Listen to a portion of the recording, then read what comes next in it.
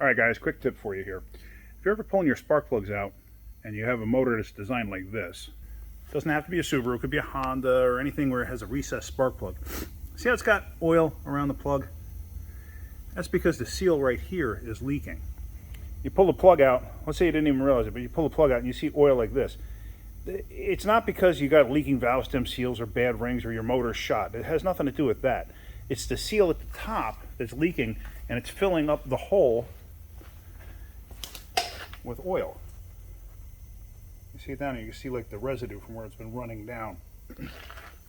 Now this has, let's see here.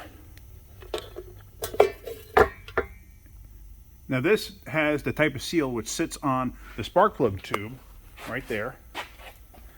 It's this style. It just sits on there and sandwiches in between and seals up against the valve cover. Some of them have what actually looks like a cam seal or something like that, or a smaller seal that'll actually sit inside the valve cover. It's actually pressed in. When you go to put those in, make sure you're putting them in the right way. Pay attention to the way they come out, because there is a right way and a wrong way. Because there'll be like a seal like this, a lip, and if you put it in this way it's correct, but if you put it in this way it's incorrect, and you'll wind up with a leak, or you couldn't even get the valve cover back on. Ask me how I know that. So basically what I'm getting at is you don't have a major problem, you just have a dried up seal, and these things are hard as a rock. I mean, I could probably put this in a vise and snap it in two. It's like a piece of charcoal. So that's it. I hope that tip helped some of you.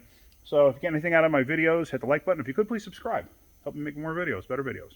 All right. Thanks, guys. Have a great day. Keep wrenching.